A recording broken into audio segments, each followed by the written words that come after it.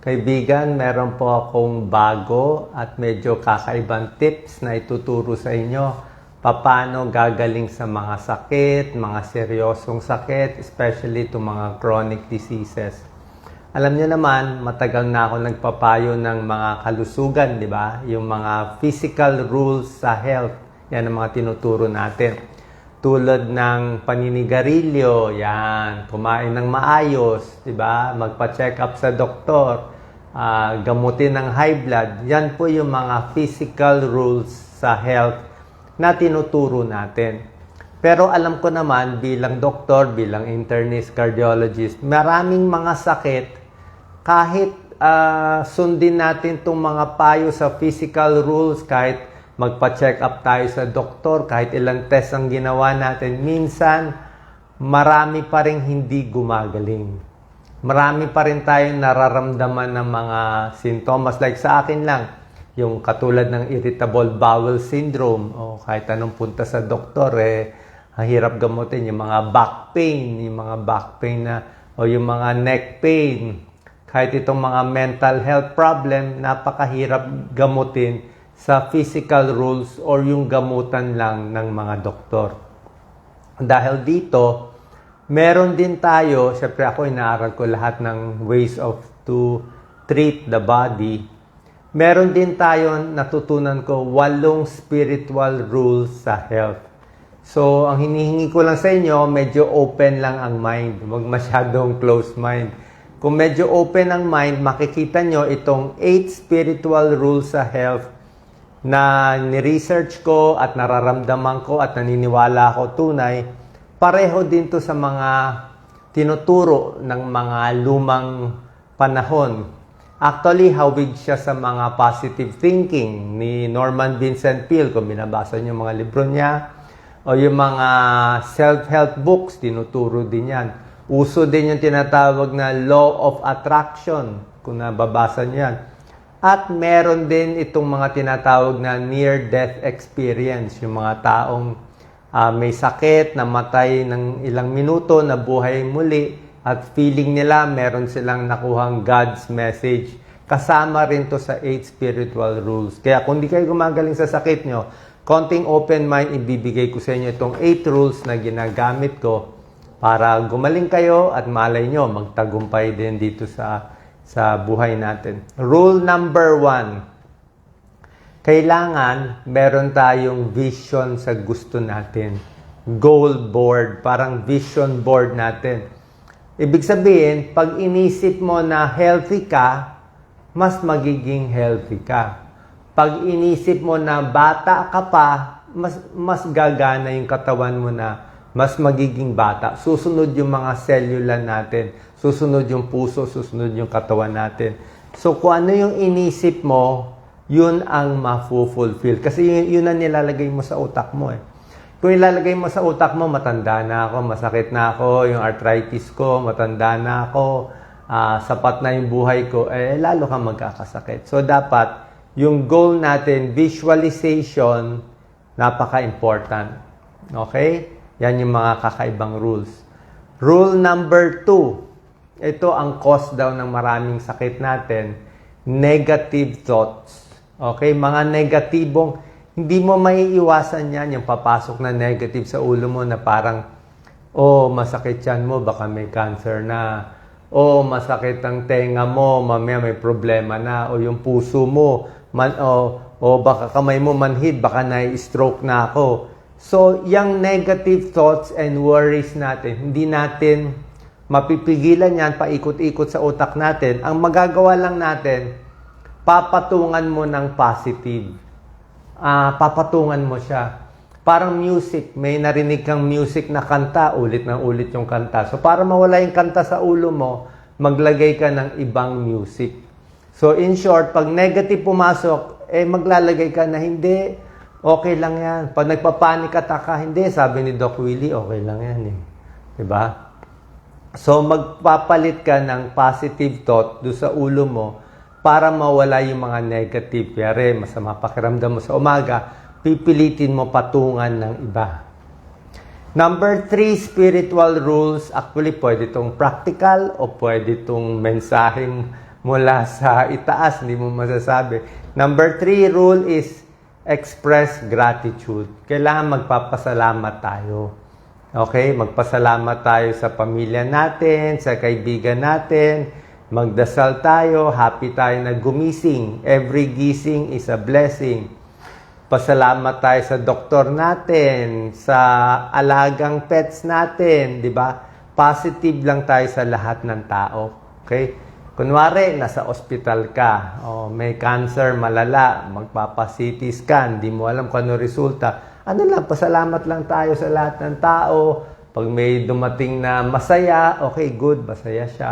Huwag na tayong maglabas ng negatibo. Pag nagbabasa kayo sa social media, nag-aaway yung ibang tao, huwag na tayong makisali. Okay? May napahiya, may nagnakaw, nakuna ng video, huwag na natin pansinin. Doon tayo sa positive thoughts, express gratitude, mas gagaling kayo sa sakit nyo. Kasi pag puro negative yung nilalagay mo, yan yung sumusunod yung katawan. Number 4, ito, spiritual rule to. Medyo malalim tong topic ko eh.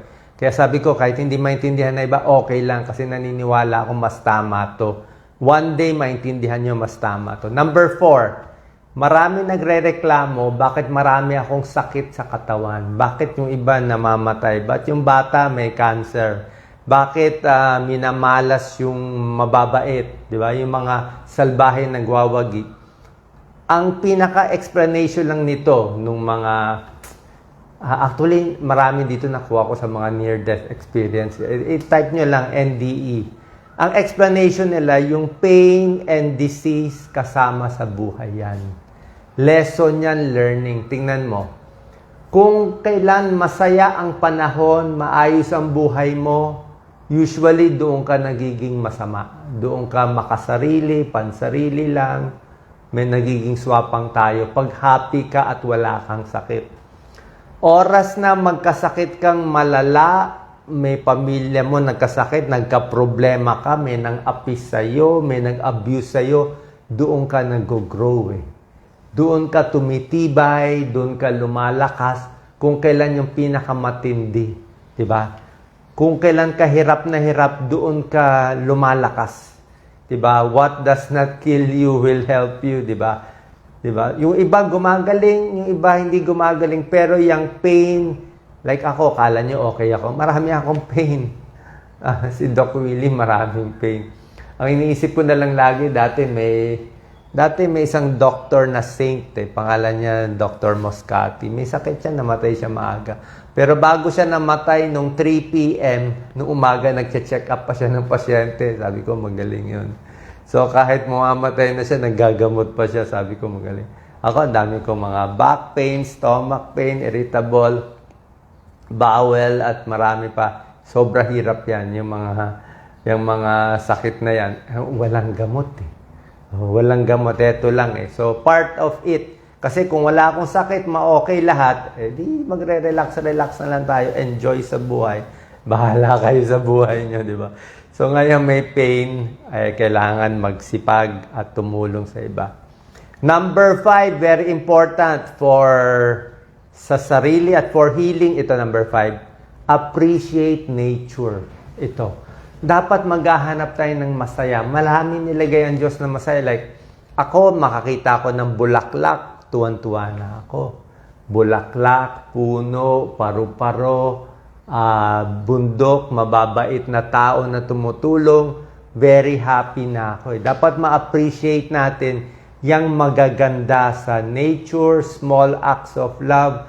Dapat hyper-appreciate, parang sobrang ganda nito sobrang sarap na may chance like ito. Lagi ako nagpapasalamat sa Diyos, may chance ako maka-reach out sa tao.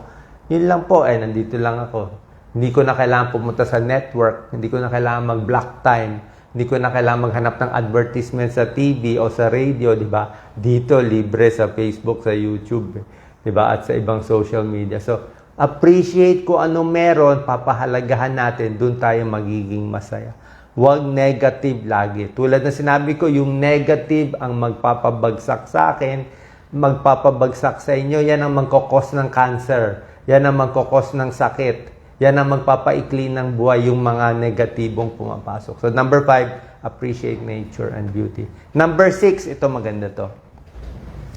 I-erase mo ang mga negative na sinabi sa'yo. Mahirap to. I-erase mo siya. Pag sinabi ng, let's say, may doktor, kasi minsan kasi hindi mapare-pareho ang doktor eh. Hindi naman Diyos ang doktor.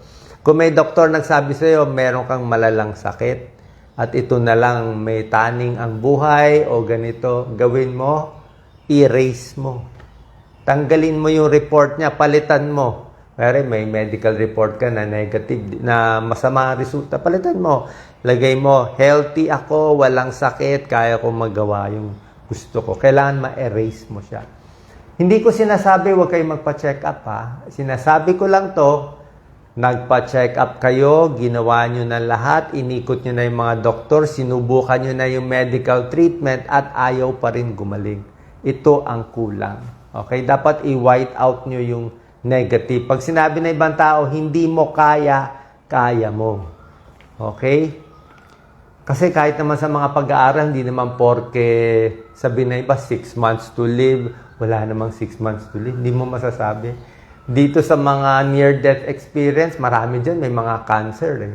Pagbalik nila dito, sabi nila, mawawala yung cancer ko in 2 years. In 1 year, ano lang, liliit mag-isa, mawawala, masyashock yung mga doktor.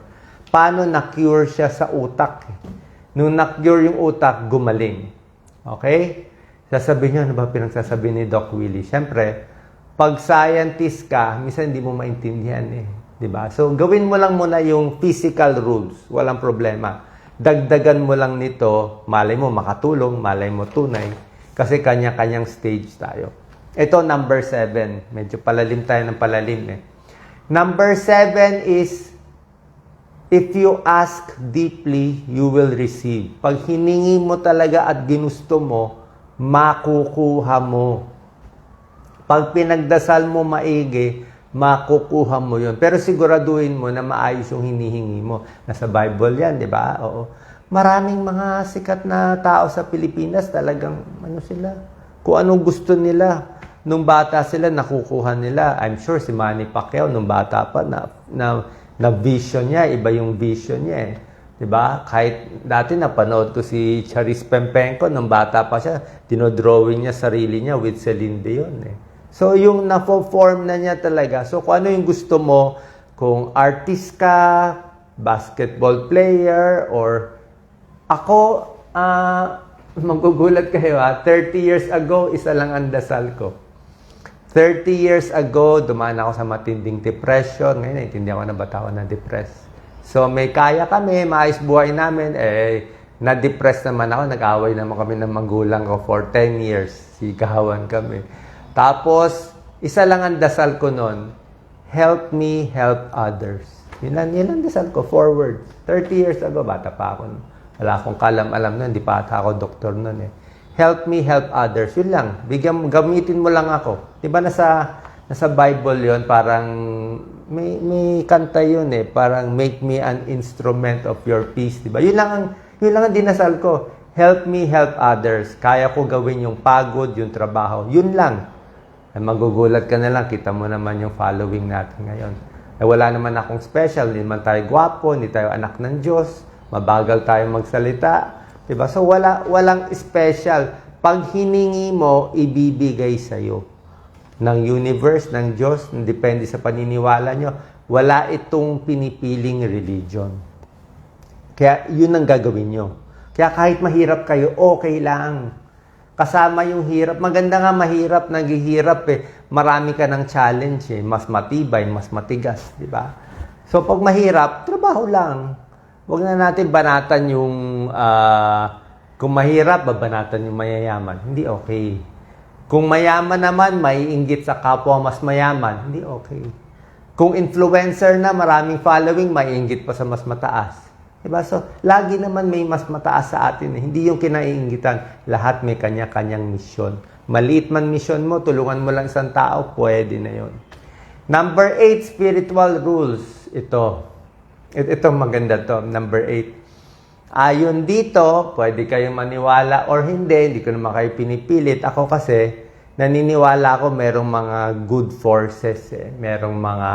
May mga guardian angel dyan, yung mga namatay, merong mga good forces na tumutulong sa atin. Dapat aware lang tayo. Aware tayo kung meron tayong nafe-feel, feeling ko okay itong puntahan ko. Feeling ko mabait itong taong to. Kailangan puntahan ko itong barangay, may humingi ng tulong. Kung meron ka nakikita sa buhay mong good thoughts, good connection, baka yun ang correct message. Baka may nagtutulak sa'yo na, o dapat maging nurse ka, o dapat sumulat ka ng libro, o dapat magbigay ako ng magandang message. Kung merong ganoon, basta maganda yung goal, baka yun na nagpupush sa'yo na gumawa ng mabuti. Kaya ako lagi ako nakikinig, tinitingnan ko, ano bang meron ngayon sa Pilipinas? Bakit ba ako pinanganak sa Tondo? Ba't ako dito pinanganak? Bakit puro mahihirap yung kababayan natin? Diba? Karamihan, ano ba magagawa ko? So, hinahanap ko yung niche. Bakit puro away na lang sa social media? Ba't puro away ang mga politiko nagpapatayan ngayon? So, parang, ano ba dapat gawin? Dagdagan yung hate o dagdagan yung love? So, tinitingnan ko, yun ang hinahanap ko. Okay? Yan ang 8 spiritual rules. Ngayon, meron pa ako mas malalim pa. Tatapusin ko na lang. Konti lang makakaintindi nito. Yung iba sasabihin ako, si Doc Willie, ano pinagsasabi. Ito naman ako, nung bata pa, ito naman talaga isip ko Eh bakit tayo? 25 years na ako nagbi-video, nagti-TV, wala pa lahat nun Walang monetize, wala lahat. Nothing. Ano purpose ng life?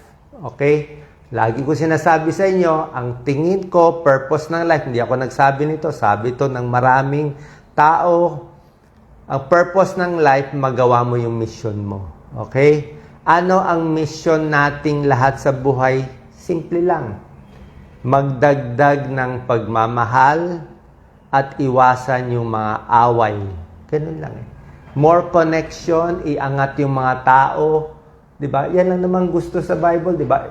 Paramihin yung mas mabubuti at huwag tayo sumama dun sa mga masasama. Hindi ko sinabi awayin yung masasama. Hindi ko sinabi bugbugin yung masasama o i-bash yung masasama. Hindi yon. Through actions, dapat positive. Yun ang tingin ko pinaka-purpose natin. At ano yung dalawang power natin? This is too deep. Pero kukwento ko na sa inyo. Baka open kayo Kung open ang mind nyo, baka pumasok sa utak nyo. Meron tayong dalawang power. Panoorin nyo yung mga NDEs. Type nyo lang, near-death experience. Dalawa ang power natin na binigay ng Diyos sa atin. The first power is, lahat tayo may parang God's image. Meron tayong ilaw dyan na gusto kong gumawa ng maayos, gusto kong mag-sacrifice. Kaya lang itong goodness natin natatakpan Minsan gusto natin magkaroon ng bahay, gusto natin maging swapang, takot tayo, nakawan tayo, kaya kuha tayo ng maraming pera. Kahit bilyonaryo, kuha pa ng kuha. So, yung pinakamagandang puso natin, hindi lumalabas. Natatakpan ng kaswapangan at negativity. Diba? Hayaan mo yung ibang tao kung negative sila. Ang point ko, yung ilaw nyo, kahit maliit, dapat ilabas. Nasa Bible yan, diba? Na lahat in the image of God. So, meron yan. And second, power daw natin, na very important, na hindi nyo alam, hawak nyo, may free will tayo. May choice kayo. May choice ako. May choice ako magtulong o maging swapang. May choice ako magmura o maging mabait. May choice ako makibash sa mga away-away, sa mga issue-issue, o may choice ako magpatawad. So, free will. So, yan ang choice ninyo. So, yan yung nakikita ko. Tsaka nakita ko maraming pagbabago sa Pilipinas ngayon. Kung nakikita mo, nagkakagulo ang tao ngayon, di na alam ano tunay, ano fake news, sino mabait, sino salbahay, nalilito na lahat. So, kailangan maghanap tayo ng core natin. So, ako dito lang, tulong lang tayo. And hopefully, baka hindi nyo maintindihan sinasabi ko, mag-search din kayo sa ibang libro. Mga law of attraction, positive thinking, yung mga self-help books, na mga lahat, halos pare-pareho ang sinasabi. Itong 8 spiritual rules, ulitin ko lang na mabilis, dapat may goal, number 1. Number 2, yung negative thoughts, papatungan ng positive. Number 3, dapat magpasalamat tayo every day para gumanda yung mood natin. Number 4, yung sakit, yung hirap, yung inaapi tayo, kasali sa buhay yun. Learning. Kaya ako napatawad ko na lahat ng api sa akin eh. Na, biro mo, tumakbo tayo sa politika. Halos 90% nagmura, nagalit eh. Diba, ano ba ginawa ko? Nakipag-away ba ako? Wala naman akong ginawa. Pero dami nagalit. Diba? For some reason, nagalit sila. Kala nila may kasalanan ako. Hindi nga ako tumanggap ni piso sa negosyante. Ako lang ata hindi tumanggap. Eh. Ano pa bang mas malinis doon? Pero okay lang. May part of it manakit sa walang kalaban-laban. Diba? So, yon, yung pain part of life, kasali lang yon. Learning ko yun eh. Pampatigas. Number 5, appreciate lahat. Appreciate mo yung nature, yung beauty. Number 6, pag may negative, palitan mo ng positive. I-erase mo. And number 7, ask and you will receive. Pag gusto mo. Like ako, sabi ko nga, I want to help others. Ngayon, binigyan naman ako ng platform, sobrang laki. So, with great responsibility. Yan ang problema natin, Spider-Man. So, lagi ko inisip paano pa tayo mas makakatulong. Then, number 8, hanapin mo yung mga nangyayari sa buhay mo na baka God's message yan na tinutulak ka maging maayos at maging useful ang buhay natin.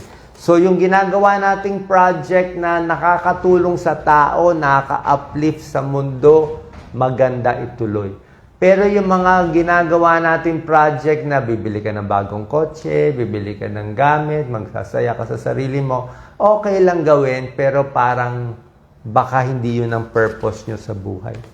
Okay? Pwede gawin, pero baka hindi yun ang purpose nyo. So, baka ito secret ng happiness, yan ang purpose natin sa mundo habang nandito pa tayo. Salamat po, God bless po. Share po natin to.